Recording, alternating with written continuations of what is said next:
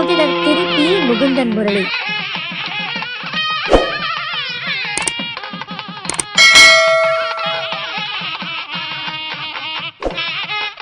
சேலம் ராமநாதன் ஐயா அவர்கள் இப்பொழுது சிறப்புரையாற்ற வருமாறு அன்புடன் கேட்டுக்கொள்கின்றோம். ஐயா கிட்ட ஒரு பிடிச்ச பழக்கம் என்னன்னா, பரிகாரம் சொல்லலாம், எல்லாமே சொல்லலாம், எல்லாரும் சொல்லலாம். ஆனால் அவர் சொல்ற பரிகாரம் செலவில்லாத பரிகாரம். அந்த மாரி ஒரு சிறப்பான பெயர் வாங்கியவர் உயர் திரு சேலம் ராமநாதன் ஐயா அவர்கள் இப்பொழுது சிறப்புரையாற்ற வருமாறு அன்புடன் கேட்டுக்கொள்கின்றோம்.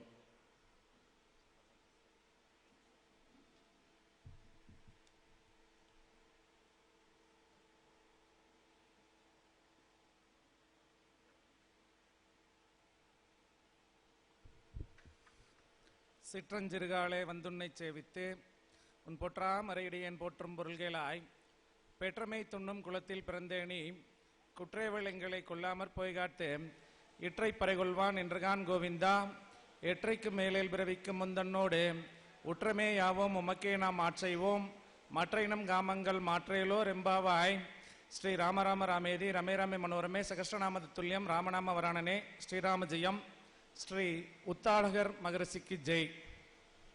இந்த சிறப்புமிகு ஆறுபடை ஜோதிட திருவிழாவை முன்னின்று நடத்தி கொண்டிருக்கும் அன்பு சகோதரர் முகுந்தன் முரளி உள்ளிட்ட அவரின் சங்க உறுப்பினர்கள் அனைவருக்கும், இந்த மேடையில் வீற்றிருக்கும் ஜோதிட ஜாம்பவான்கள், எதிரே அமர்ந்திருக்கும் எதிர்கால ஜாம்பவான்கள் அனைவரையும் வணங்கி இந்த உரையை ஆரம்பிக்கிறேன். நமக்கு கொடுக்கப்பட்டிருக்கக்கூடிய தலைப்பு ஜோதிட பரிகாரம். பொதுவாக ஜோதிடத்தில் ஒரு தீர்வு அப்படிங்கிறது பரிகார ரீதியாக நம்ம கொடுக்கணும். ஜென்ரலாக சொல்லுவாங்க பரிகாரம்லாம் ஒன்றும் இல்லை, எல்லாம் நடக்கிறது தான் நடக்க போகுது அப்படின்னா, ஒரு விஷயங்கள் அதுவே தான் நடக்கணும் அப்படின்னா ஜோதிடம் இந்த அளவுக்கு வளர்ந்துருக்காது. எல்லாம் இருக்கிறது தான் நடக்கும் அப்படின்னா, அதில் வழிபாட்டின் பேரில், அதுவும் நம்ம எப்பயும் சொல்ற மாதிரி நாளும் கோளும் செய்வதை நல்லவர்கள் செய்ய மாட்டார்கள் அப்படிங்கிற விதியை அனுசரித்து நீங்க அந்த நாட்களையும் அதற்குண்டான ஆலயங்களையும் ஆலய வழிபாட்டு பரிகாரமா கிரகத்தை அனுசரித்து சொன்னா அதுல சக்சஸ் ரேட் நல்லா இருக்கும். உதாரணமா இன்னைக்கு இந்த மீட்டிங் நடக்கக்கூடிய நாள், இன்னைக்கு வெள்ளிக்கிழமை நல்ல நாள் இல்லை, இன்னைக்கு இருக்கக்கூடிய நட்சத்திர சூரியன் என்ற நட்சத்திரம் ரீதியா நம்ம இவரெல்லாம் கூட சொன்னாங்க இன்னைக்கு நல்ல நாள், கொஞ்சம் சுமாரா இருக்கு அப்படி இப்படின்னு. இன்னைக்கு மிகச்சிறப்பான ஒரு அமைப்பு உண்டு. ஏன் அப்படின்னா பரிகாரமாவே அதை நம்ம எடுக்கலாம். நம்ம பொதுவா நம்ம என்ன சொல்லுவோம், பிரம்ம முகூர்த்தத்துல ஒரு விஷயத்தை செஞ்சா தோஷம் இல்லை, அதனால பிரம்ம முகூர்த்தத்தில் எதையும் பார்க்காத செய்யலாம் அப்படின்னு ஜோதிடர்கள் சொல்லக்கூடிய வாய்ப்பை கேள்விப்பட்டிருக்கீங்களா? பிரம்ம முகூர்த்தத்தில் செஞ்சா தோஷம் இல்லைன்னு. அந்த வரிசையில் இந்த உத்தராயணம் தட்சிணாயணம் அப்படிங்கிறதுல இந்த மார்கழி மாதம் முழுவதுமே பிரம்ம முகூர்த்த தன்மையை கொண்டது. ஒரு மாதங்களும் அமைப்பு உண்டு. அந்த அமைப்புல இந்த மார்கழி மாதம் அப்படிங்கிறது பிரம்ம முகூர்த்த காலம். நமக்கு ஒரு வருடம் அப்படிங்கிறது 6 மாதம் பகல் 6 மாதம் இரவு அப்படின்னு தேவர்களுக்கு பிரியக்கூடிய அந்த சக்தி மிகு அமைப்புல இந்த மார்கழி அப்படிங்கிறது பிரம்ம முகூர்த்த காலமாக இருப்பதால் இந்த பிரம்ம முகூர்த்தத்தில் நீங்கள் செய்யக்கூடிய செயல்கள் மற்றும் வேண்டுதல்கள், எந்த ஒரு காரியங்கள் செய்தீர்கள் என்றாலும் அது சிறப்பாக பலிதமாக கூடிய அமைப்பு என்பது உண்டு. அதனால இந்த மார்கழியை சிறப்பாக பயன்படுத்தி கொள்ளுங்கள். பொதுவா இன்னொரு சொல் வழக்கு இருக்கு, பீடை மாதம் அப்படின்னு சொல்லி மார்கழியை சொல்லக்கூடியது. ரொட்டீனா அதை ஏன்னா சொல் வழக்கில் நிறைய விஷயங்கள் திரிப்பு அடைஞ்சிருது, திரித்து சொல்றாங்க. பீடுடைய மாதம் அப்படிங்கிறத தான் சொல் வழக்கு மாறி பீடை மாதம் அப்படின்னு வந்துட்டு ஒழிய, எனவே இந்த மார்கழி மாதம் என்பது மிகச் சிறப்பான மாதம். அதில் செய்யப்படுகின்ற காரியங்கள் மிகச் சிறப்பை பெறும். அதை பரிகாரத்திற்கு பயன்படுத்தி கொள்ளுங்கள். அதே மாதிரி ஜோதிடம் எந்த ஒரு விஷயமா இருந்தாலும் நம்ம அதனோட எண்டு பாயிண்ட் என்னன்னா, இப்போ நம்ம ஜாதகம் நல்லா இருக்கணும், நமக்கு நல்ல வருமானங்கள் வரணும், நமக்கு தொழில் நல்லா நடக்கணும், எல்லாத்தோட ஒரு எண்டு பாயிண்ட் பார்த்தீங்கன்னாக்கா உங்களுடைய அடுத்த தலைமுறைக்கு அதை கொண்டு சேர்ப்பது. உங்களுடைய குழந்தைகள், உங்களுடைய வாரிசுகள், நீங்க சம்பாதிக்கிறதெல்லாம் யாருக்காக சம்பாதிக்கிறீங்க? நம்ம சொல்றது எல்லாம் உங்களுக்காக தான்டா ஓடுறோம் அப்படின்னு சொல்லக்கூடிய தன்மைகள். அப்போ இந்த உத்தராயண காலம் அப்படிங்கிறது உங்களுடைய வாரிசுகளின் வளர்ச்சிக்கு நல்ல வழிபாடுகள் செய்யக்கூடிய காலம். அப்போ நாம எவ்வளவு பணங்காசு சேர்த்து வச்சாலும் அதை அழித்து விடக்கூடிய தன்மை என்பது வாரிசுகள் வழியில் உண்டு. ஆனா அவர்களுக்கு கொடுக்கப்படுகின்ற நல்ல கல்வி என்பது அவர்களை விட்டு எந்நாளிலும் அது விலகாது. அந்த வரிசையில பாத்தீங்கன்னாக்கா ஹயக்ரீவர் உபாசனை, ஹயக்ரீவர் வழிபாடு நீங்கள் எவ்வளவுக்கு எவ்வளவு உங்களுடைய குழந்தைகளுக்கு சொல்லித் தருகிறீர்களோ அந்த அளவிற்கு அவர்களுக்கு கல்வித்தன்மையில் மேம்பாடு உண்டு. நம்ம எல்லாருமே சார் தெரியும் சார், ஹயக்ரீவர் தான் வழிபாடு பண்ணிட்டு இருக்கிறோம், அதான் கோவில் அந்த சுற்றத்தில் ஏலக்காய் மாலை போட்டிருப்பாங்களே அப்படின்னு சொல்லக்கூடிய அமைப்பு இல்லை. அதாவது அந்த உபாசனைகளில், அந்த தெய்வ வழிபாடுகளில் மிகச் சிறப்பான கரை கண்ட ஞானிகளை நீங்கள் சென்று அதற்குரிய இரங்களிலோ அல்லது அதற்குரிய நாட்களிலோ வழிபாடு செய்யும் போது மிகச்சிறப்பாக கல்வித்தன்மையில் மேம்பாடு அப்படிங்கிறது கிடைக்கும். அந்த வரிசையில் ஹயக்ரீவர் உபாசனையை மிகவும் சிறப்பாக பெற்ற ஸ்ரீ வாதிராஜ தீர்த்தர், வாதிராஜ தீர்த்தர் அப்படிங்கிறவர் 64 கலைகளை அறிந்தவர். ஜோதிடமும் உங்களுக்கு சித்திக்கணும் அப்படின்னா, அனைத்து வேதங்களும் உங்களுக்கு நல்லா தெரியணும், ஜோதிட துறையிலையும் மேம்படணும், உங்களுடைய வாரிசுகளும் மேம்பாட்டுக்கு வரணும் அப்படின்னா அந்த 64 கலைகளை அறிந்த அந்த வாதிராஜ தீர்த்தரை வழிபாடு செய்ய வையுங்கள். வியாச பகவான் தான் வேதங்களை வகுத்தவர். அந்த வியாச பகவானை நேரில் தரிசிக்கும் பாக்கியம் பெற்றவர் இந்த வாதிராஜ தீர்த்தர். பொதுவா வீட்டில் நீங்க இப்போ இந்த வீடியோ கேம்ஸ், அந்த செல்லை எடுத்துக்கிட்டு குழந்தைகள் வாரிசுகள் நோண்டிட்டு இருக்கிறது, இதை தவிர்த்து காலை மாலை வேளைகளில் உங்களுடைய வீட்டில் ஹயவதன அஷ்டகம் அப்படின்னு இருக்கு. ஹயவதன அஷ்டகமும் ஹயக்ரீவ ஸ்துதியும் தொடர்ந்து சொல்லிக் கொண்டு வந்தால், இந்த ஹயவதன அஷ்டகம் என்பது இந்த வாதிராஜ தீர்த்தரால் இயற்றப்பட்டது. அதை நீங்க உங்க வீட்டில் ஒலிக்க விடுங்க. இப்போ நெட்ல போட்டீங்கன்னாவே வரும், ஹயவதன அஷ்டகம் அப்படின்னு சொல்லி டைப் பண்ணுங்க, அது வரும். அதை ஒலிக்க விடுங்க, உங்களுக்கு நல்ல அமைப்பு அப்படிங்கிறது கிடைக்கும். அதே போல ஹயக்ரீவரோட ஸ்லோகங்களை தொடர்ந்து சொல்லிக் கொண்டு வர வைகுண்டத்தின் வாயிலையே திறக்கக்கூடிய சக்தி என்பது உங்களுக்கு நிரம்ப கிடைக்கும். எனவே வாரிசுகளுக்கு சொத்துக்களை சேர்த்து வைப்பதை விட நல்ல இது போன்ற கல்வியில் மேன்மை அடையக்கூடிய இது போன்ற சித்தர்களின் ஆலயங்களுக்கு சென்று வழிபாடு செய்து வாருங்கள், உங்களுக்கு மிகச் சிறப்பாக இருக்கும். நம்ம கல்விக்கு அப்படின்னாக்கா, சார் நான் வருஷத்துக்கு ஒரு தடவை கூத்தனூர் சரஸ்வதி கோயிலுக்கு போயிட்டு வந்துடுறேன், சரஸ்வதி வழிபாடு பண்ணிடுறோம், சரஸ்வதி அப்படின்னு நினைச்சிட்டு இருக்கோம். அந்த சரஸ்வதிக்கே குருவாக இருந்து செயல்பட்ட தன்மை அப்படிங்கிறது லக்ஷ்மி ஹயக்ரீவருக்கு உண்டு. அந்த ஹயக்ரீவரை சிறப்பாக வழிபாடு செய்த வாதிராஜர் தீர்த்தம் என்பது கர்நாடக மாநிலத்தில் இவருடைய பிருந்தாவனம் என்பது உண்டு. சோதே மடம் அப்படின்னு சொல்லி கர்நாடகத்தில் இருக்கிறது. அந்த மடத்திற்கு இந்த ஏதாவது ஒரு வருடத்தில் ஒரு முறையாவது உங்களுடைய குடும்ப சகிதமாக உங்களுடைய குழந்தைகளை கூட்டிச் சென்று அங்கு வழிபாடு செய்து வாருங்கள். உடுப்பி மடத்தை சுற்றி இருக்கக்கூடிய 8 மடங்களில் நிறுவி மிகச் சிறப்பாக பிருந்தாவன நிலையை அடைந்திருக்கக்கூடிய அந்த வாதிராஜ தீர்த்தரை தரிசனம் செய்ய செய்ய கல்வியில் நல்ல மேன்மை அப்படிங்கிறது கிடைக்கும். அதே போல ஆவணி மாதத்தில் வரக்கூடிய ஆவணி மாதமும் திருவோண நட்சத்திரமும் சேரக்கூடிய நாள் ஹயக்ரீவ ஜெயந்தி. அந்த நாட்களிலும் இது போன்ற சன்னதிக்கு சென்று வழிபாடு செய்யலாம். அதே போல ஹயக்ரீவர் உங்கள் பகுதியில் இருக்கக்கூடிய ஹயக்ரீவரையும் வழிபாடு செய்யலாம், உங்களுக்கு சிறப்பான அமைப்பு கிடைக்கும். அதே போல வரக்கூடிய மார்ச் மாதம் 7ஆம் தேதி 7/3/2024 வியாழக்கிழமை அன்றும் 4/4/2024 வியாழக்கிழமை அன்றும் நீங்கள் இது போன்ற ஹயக்ரீவர் வழிபாடு செய்தால், பேச்சோட ஆரம்பத்திலேயே நம்ம சொன்னோம், நாளும் கோலும் செய்வதை நல்லவர்கள் செய்ய மாட்டார்கள். ஏன்னா பொதுவா எல்லாரோட பேச்சும் என்னன்னா, சார் நான் எல்லா பரிகாரமும் செஞ்சுட்டேன் சார் அப்படின்ட்டு தான் வந்து நம்ம கிட்ட ஜாதகமே கொடுக்கக்கூடிய அமைப்பு. ஆனா இது போல இப்ப சொல்லப்பட்ட நாட்கள் என்பது அந்த சக்திகளை அதிகமாக பூமியில் நிறவக்கூடிய தன்மை இருக்கக்கூடிய அமைப்பு என்பது இருப்பதால் இந்த நாட்களில் ஹயக்ரீவர் வழிபாடு செய்வதும் இது போன்ற மகான்கள் இருக்கக்கூடிய ஆலயங்களுக்கு சென்று வழிபாடு செய்வதும் உங்களுக்கு மிகச்சிறப்பான பலன்களை தரும். அதே போல சிம்பிளான பரிகாரமா, சார் செலவு பண்ணிட்டு என்னால் அங்கே கர்நாடகாவுக்கெல்லாம் போக முடியல, நான் சொன்னது வருஷத்தில் ஒரு தடவை போங்கன்னு சொல்லியிருக்கோம். இங்க லோக்கல்லையே வெண்மை நிறத்தில் இருக்கக்கூடிய குதிரைக்கு வேக வைத்த கொள்ளு தானம் கொடுத்து கொண்டு வந்தால் உங்களுடைய வாரிசுகள் கட்டாயம் கல்வியில் மேன்மை அடையக்கூடிய வாய்ப்பு என்பது கட்டாயம் கிடைக்கும்.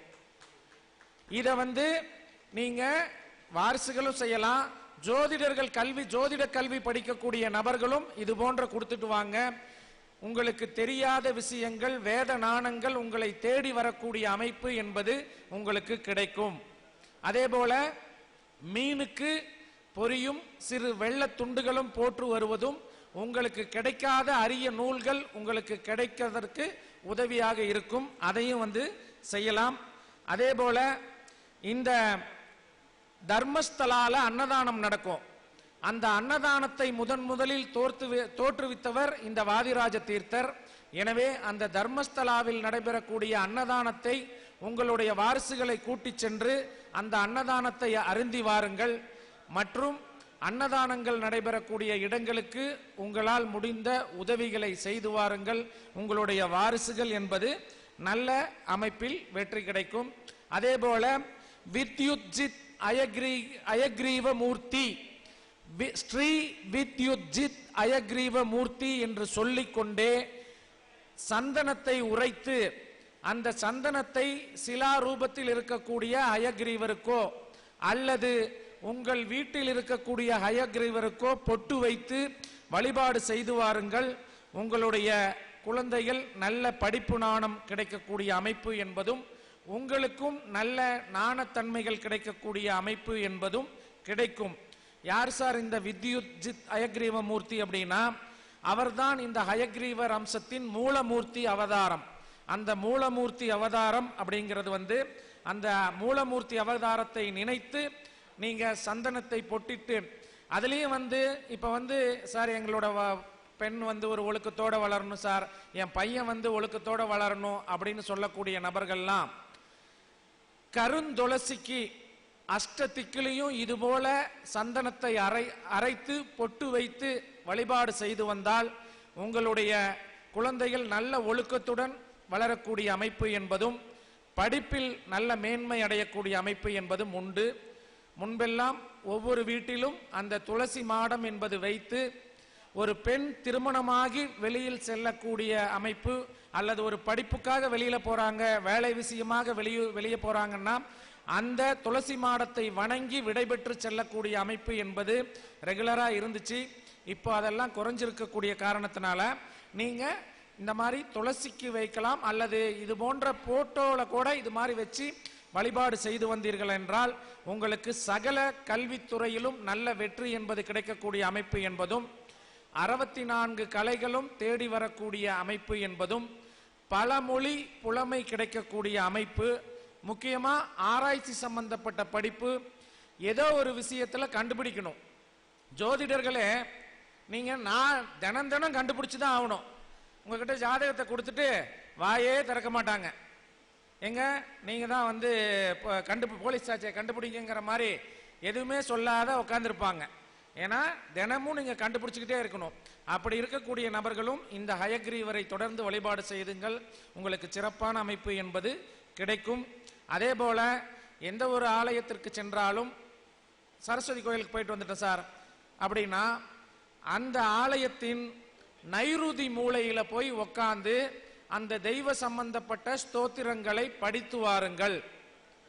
தென்மேற்கு மூலை என்று சொல்லப்படுகின்ற அந்த இடத்தில் சென்று எந்த ஆலயத்திற்கு சென்றாலும் வழிபாடுகள் செய்து வாருங்கள். உங்களுடைய வீட்டிலையும் அந்த தென்மேற்கு மூலையை அமர்ந்து சில ஸ்லோகங்களை படிக்கக்கூடிய அமைப்பு என்பது உங்களுக்கு அதை பாராயணம் செய்வதால் நல்ல மேன்மை என்பது கிடைக்கக்கூடிய அமைப்பு என்பது உண்டு. அதே போல பெண்கள், நம்மளோட இந்த மாநாட்டிற்கு நிறைய பெண்கள் வந்திருக்கீங்க. மளிகை பொருட்கள் வாங்கக்கூடிய நாள் என்பது புனர்பூசம் நட்சத்திரம் வரக்கூடிய நாட்களில் மளிகை பொருட்களை நீங்கள் வாங்கி வையுங்கள். நல்ல சுபிட்சம் என்பது உங்களுக்கு கிடைக்கும். அதில் ஒரே ஒரு விதிவிலக்கு, அந்த புனர்பூசம் நட்சத்திரத்திற்கு மாதாந்திர மளிகை பொருட்களை நீங்கள் பர்ச்சேஸ் பண்ணும்போது எண்ணெயை மட்டும் அன்னைக்கு வாங்காதீங்க. ஆயில் மட்டும் நீங்க அதை தவிர்த்து விட்டு மற்ற பொருட்களை நீங்க வாங்கிக்கோங்க. சரி சார், அந்த எண்ணெயை என்னைக்கு வாங்குறது அப்படின்னாக்கா ஆயில்யம் நட்சத்திரம் வரக்கூடிய அன்னைக்கு அந்த எண்ணெயை வாங்கி வைங்க.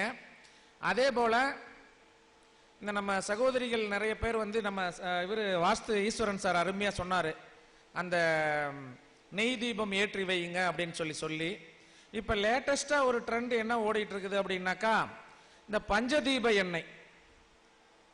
இந்த தயவு செய்து இந்த பஞ்சதீப எண்ணெயை நீங்க வீட்டில் ஏற்றாதீர்கள். நீங்க ஒரு 2 மணி நேரம் எரியிற இடத்துல அரை மணி நேரம் எரிய விட்டாலும் தூய பசு நெய் தீபம் நீங்க போடுங்க. அப்படி இல்லைனாக்கா செக்கில் ஆட்டப்பட்ட தனித்த எண்ணெயா தான் கட்டாயம் இருக்கணும்.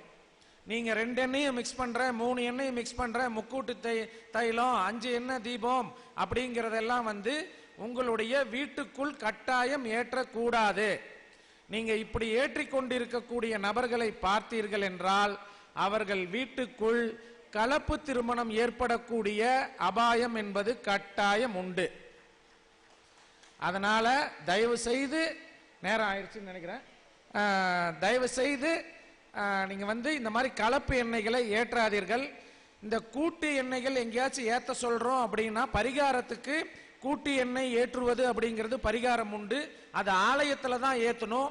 அதுவும் பஞ்சதீப எண்ணெய் அப்படின்னாக்கா ஒரு தேங்காய் எண்ணெய், ஒரு நல்லெண்ணெய், ஒரு விளக்கெண்ணெய், இது மாதிரி 5 எண்ணெய்களை தனித்தனி அகல் விளக்கில் நீங்கள் வீட்டில் ஏற்றி வைக்கலாம். இப்ப சப்தமி திதியில 7 விதமான விளக்கு ஏற்றி வைத்து 7 விதமான வர்ண உடைகளை சுவாமிக்கு சாற்றி 7 விதமான காய்கறிகள் கலந்த அன்னத்தை வைத்து வழிபாடு செய்தீர்கள் என்றால் உங்களுடைய வாரிசுகள் கட்டாய மேன்மை நிலைக்கு வருவார்கள். அப்போ இந்த 7 வித எண்ணெயும் ஒன்னா கலந்து வீட்டில் ஏற்றக்கூடாது. தனித்தனி அகல் விளக்குகளை அது தனித்த வீடியோவே நம்ம போட்டிருக்கோம். சப்தமி வழிபாடு அப்படிங்கிறது ஆன்மீக ஆஸ்ட்ரோ டிவியில தனித்த ஒரு வீடியோவே போட்டிருக்கோம். அதுலயும் பார்த்து தெரிஞ்சுக்கோங்க. இது போன்ற தயவு செய்து அந்த கலந்த எண்ணெயை வீட்டில் ஏற்றாதீர்கள். அதே போல ஆயில்யம் நட்சத்திரம் அன்னைக்கு நீங்க அந்த இதை விளக்குக்கு எண்ணெய் வாங்குங்க. அதே போல பெண்கள் வந்திருக்கிறதுனால கணவன் மனைவி ஒற்றுமை ரொம்ப முக்கியம். கணவன் மனைவி ஒற்றுமையாக நம்ம சகோதரர் பாலமுருகன் எல்லாம் பாத்தீங்கன்னாக்கா சகோதரியை கூட்டிகிட்டே வந்திருக்காரு இன்னைக்கு. அந்த கணவன் மனைவி ஒற்றுமை, சார் கொஞ்சம் ஒற்றுமை குறைபாடு இருக்கு, கணவன் மனைவி ஒற்றுமை இல்லை அப்படின்னு சொல்லக்கூடிய நபர்கள் இரட்டை பொருட்கள், முந்திரி பாத்தீங்கன்னா இரட்டையா இருக்கும், முந்திரி ஒட்டிட்டு இருக்கும். அதே மாதிரி அவரை, அதே மாதிரி ஒரு தானம் கொடுக்க சொன்னா சேலை மட்டும் தானம் கொடுக்காதீங்க, சேலையும் ஜாக்கெட்டும், ஏன்னா அது ரெண்டும் இரட்டை பொருட்கள். சேலை ஜாக்கெட் வச்சு கொடுங்க. அதே மாதிரி இந்த மேல கச்சேரி செய்ய நம்ம இதே மண்டபத்தில் இதை பத்தி நம்ம பரிகாரமா சொல்லியிருக்கோம். சென்ற ஆண்டோ அதுக்கு முதல் ஆண்டோ நினைக்கிறேன். அந்த அந்த கச்சேரி வாசிக்கக்கூடிய நபர்களுக்கு நீங்க ஒரு தானமா உங்களால முடிஞ்சதை ஒரு தானம் கொடுத்துட்டு போங்க. உங்க குடும்பம் சண்டை சச்சரவு இல்லாம கட்டாயம் இருக்கும். அதே போல வயலின் வாசிக்கக்கூடிய நபர்கள், உங்களுடைய ஏதாவது ஒரு விழானா ஒரு வயலின் கச்சேரி வைத்து நடத்துங்க, அது சூப்பரா இருக்கும். அப்ப இரு மனங்கள் இடையக்கூடிய இடையத்தில் இது போன்ற விஷயங்களை செய்வது அப்படிங்கிறது உங்களுக்கு சிறப்பா இருக்கும். அதே மாதிரி ஆலயங்களுக்கு சந்தன கல்லும் அந்த சந்தனமும் வாங்கி தானமா கொடுக்கலாம், அதுவும் ஜோடி பொருள் தான். அதுபோல ஜோடி பொருட்களை தானம் கொடுத்து கொண்டு வந்தால் கணவன் மனைவி ஒற்றுமை என்பது மிகச் சிறப்பாக நடக்கும். அதே போல இந்த உத்தராயண காலத்தில் இருக்கும். இப்ப நாம சொன்ன மாதிரி இந்த மார்கழி மாசம் பீடுடைய மாதம். இதில் செய்யப்படுகின்ற காலங்கள் பிரம்ம முகூர்த்தத்தில் செய்தால் என்ன பலன் கிடைக்குமோ அது கிடைக்கும். அதே போல எல்லாத்துக்கும் ஒரு அல்டிமேட் கோலுங்கிறது உங்களோட வாரிசுகள் நல்லா இருக்கணும், அடுத்த தலைமுறைக்கு நம்மளோட இதை கடத்தி விட்டுட்டு போகணுங்கிறது. அப்ப அந்த வாரிசுகள் நல்லா இருக்கணும் அப்படின்னா இந்த உத்தராயண காலத்தில் நீங்கள் தர்ப்பணம் கொடுத்து வாருங்கள். இந்த தர்ப்பணம்னா அமாவாசையில போய் கொடுக்கறது தான் இது புரட்டாசி மாலை பட்சம் தை மாலை பட்சம் அப்படிங்கிற மாதிரி இல்லாம இந்த தை மாதத்திலிருந்து அடுத்த ஆடி மாதம் வரைக்கும் சந்தி வேளைகளில் நீங்கள் 3 சந்தி வேளைகளில் கூட கொடுக்கலாம். காலை மதியம் மாலை, இல்ல வாய்ப்பு இருக்கிறப்ப எந்தெந்த வேலைகளில் முடியுதோ அந்த வேலைகளில் சந்தி வேலைகளில் அர்க்கியம் கொடுத்துட்டு வாங்க. அர்க்கியம் அப்படின்னாக்கா இந்த சுண்டு விரல், மோதிர விரல், நடுவிரல், இது உங்க குழந்தைகளை நினைச்சு இந்த 3 விரல்கள் வழியே நீர் வார்த்து உங்களுடைய குழந்தைகளோட வளர்ச்சியை அது செய்யறப்ப என்னன்னா இவன் இப்படி பண்றான் அப்படி பண்றான்னு நெகட்டிவ பேசாதீங்க. நான் எப்படி எதிர்பார்க்குறீங்களோ அந்த நல்லதை பேசி நல்ல விதமாக நினைத்து பாசிட்டிவ் மைண்டோட இருந்து பாசிட்டிவ் வார்த்தைகளை வெளியே விட்டு இந்த சுண்டு விரல், மோதிர விரல், நடுவிரல் மூலமாக அந்த நீரை அர்க்கியம் விட்டு உங்களுடைய கோரிக்கைகளை வேண்டி வாருங்கள். உங்களுடைய வாரிசுகள் நல்ல கல்வி மேன்மை பெற்று ஒழுக்கத்துடன் வாழ வேண்டும். இந்த நிகழ்ச்சியை சிறப்பாக ஏற்பாடு செய்த முகுந்தன் முரளி அவர்களின் வாரிசுகள் டான்ஸ் ஆடினாங்க.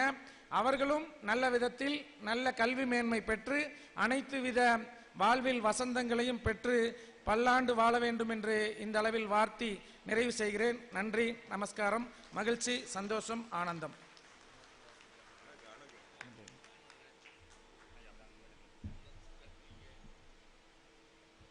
மிக சிறப்பான முறையில் பல வகையான கருத்துக்கள் பரிகாரங்கள் எல்லாம் கொடுத்த நம்முடைய சேலம் ராமநாதன் ஐயா அவர்களுக்கு ஜோதிட சேவையை பாராட்டி ஜோதிட திரிகலா ஞானி என்ற விருதை கொடுத்து சிறப்பு செய்ய இருக்கின்றது. அனைவரும் கைத்தட்டி உற்சாகப்படுத்துமாறு கேட்டுக்கொள்கின்றோம்.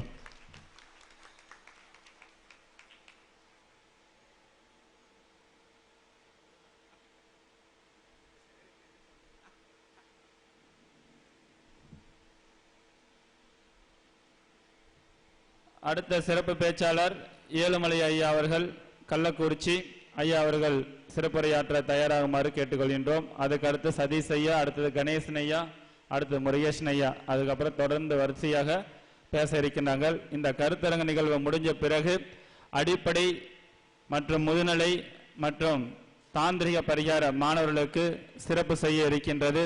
அவர்களுக்கு தகுதிநிலை சான்றிதழ் கொடுத்து சிறப்பு செய்ய இருக்கின்றது. ஆகையால் அதற்கு தகுந்தாறு போல கொஞ்சம் தயாராகுமாறு கேட்டுக்கொள்கின்றோம். அதே நேரத்தில் இந்த சிறப்பு கருத்தரங்க நிகழ்ச்சிக்கு இன்னும் கொஞ்சம் நேரம் முடிஞ்சதுக்கப்புறம் இந்த போட்டோ எடுத்ததுக்கப்புறம் தனியாக எடுத்ததுக்கப்புறம் அந்த லாஸ்ட்டில் பார்த்தீங்கன்னா நீங்கள் நம்முடைய பழனி தங்கம் ஐயா அவர்கள் இருக்காங்க. நீங்கள் போட்டோ எடுத்து உடனே பிரேம் போட்டு நீங்கள் வாங்கிக்கலாம். 1 மணி நேரத்தில் நீங்கள் பிரேம் போட்டு வாங்கிக்கலாம். நீங்கள் என்ன சைஸ் வேணுமோ அதை நீங்கள் அங்கே எடுத்துக்கலாம். எல்லாம் நிறைவாகட்டும். இங்கே ஸ்டேஜில் எடுக்கிற போட்டோ அங்கே பிரேம் போட்டுக்கலாம், இல்லை நீங்கள் தனியாக போய் எடுத்து பண்ணிக்கிறதுனால நீங்கள் பண்ணிக்கலாம்.